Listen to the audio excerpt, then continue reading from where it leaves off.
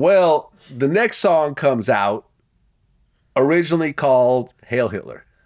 Yeah. Which got changed to Hallelujah later on. Uh-huh. Right. So at the end, it says, so I became a Nazi. Yeah, bitch, I'm the villain. And then there's the Hail Hitler chant that happened afterwards. Mm-hmm. You wrote that as well? Yeah. Okay. And this is a song that ultimately got him banned from a lot of places. Yep. Did you realize this was going to happen when you wrote it? Nah, I knew when I made it, like I said before, like I felt like fucking Oppenheimer and shit. Like, this is gonna start some shit. But to what extent? Nah, I didn't know that. Yeah, man. Like I said, I was just documenting what was going on at the time when he was tweeting and making some music about it. Yeah. Yeah, well, I'm going to tell you, like this whole Nazi Hail Hitler thing, it didn't catch on, luckily. You don't see a whole bunch of people now rocking swastikas and, saying Hail Hitler and so forth. I don't think that was the purpose of it, but. Yeah. But it came out and it did what it was, what he planned on doing with it, which was ruffle feathers once again. I mean, was Kanye ever wearing like the swastika chain or swastikas around you or anything? Well, this is like the second or third time you asked me that.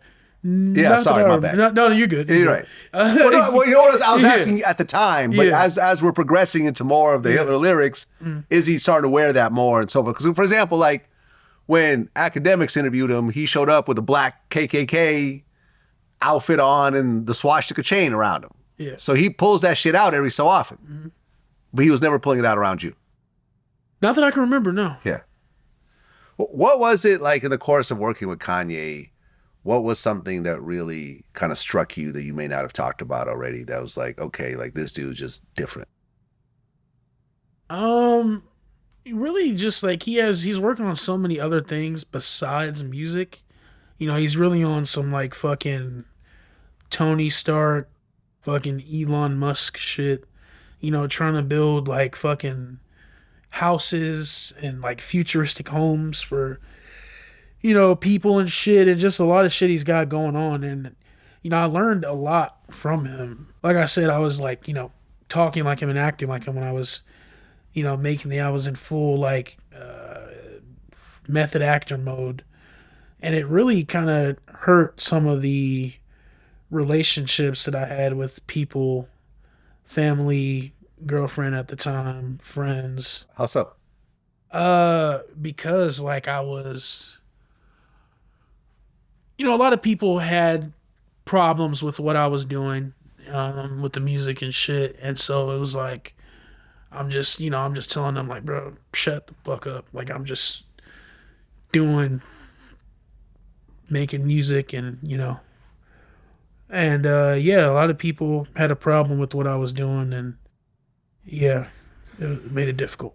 Yeah, I mean, when I heard that you were doing it, I didn't necessarily have a problem with it, and I'm Jewish. Yeah. Right? But the way I've always felt was in America, you have freedom of speech, but you don't have freedom of consequences. Mm-hmm.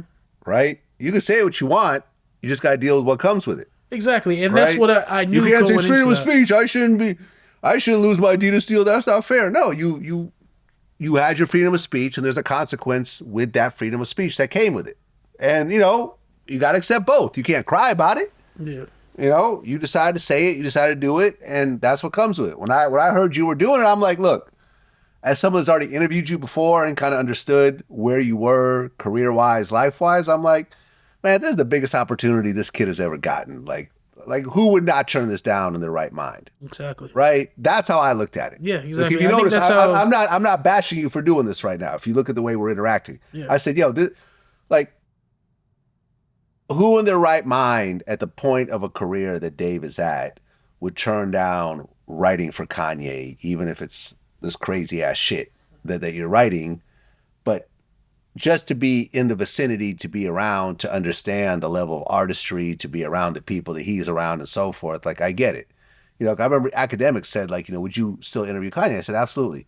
Like, what if he's wearing the swastika chain? Yeah, I would do that. What if he said that you got to put it on to do the interview? And I'm like, no, I wouldn't do that.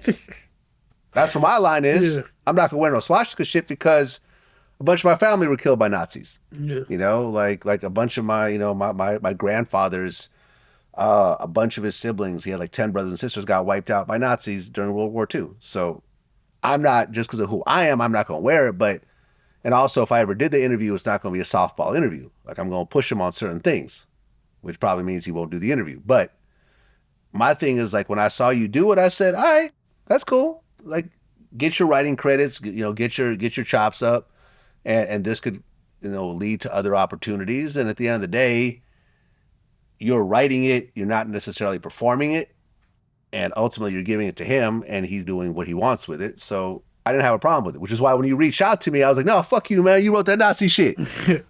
Fuck yourself. Like, I was like, yeah, come on, let's go do it. Yeah, I'd say I've seen some backlash from it. Well, yeah, but that's obvious. But yeah, that's obvious, and that's, I'm not crying or whining about it. It's like, I already knew.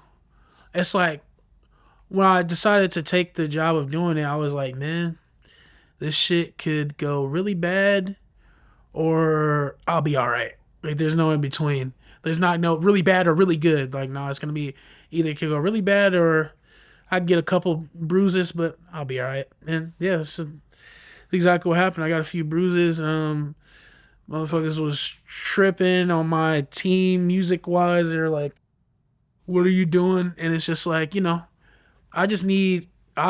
ended up having to fire a lot of people because I don't need anybody around me who doesn't think that I know what I'm doing. It's like I got here by me doing this shit myself. Me and Jesse Jones, my manager, is just me and him. And me coming up with all the ideas and everything that you see is me. So I don't need somebody on my team who's like, yo, you shouldn't do that. You should. I know what the fuck I'm doing. Did you have Jewish people on your team? Shit. I don't know. I'm not too sure. I think maybe. I don't know.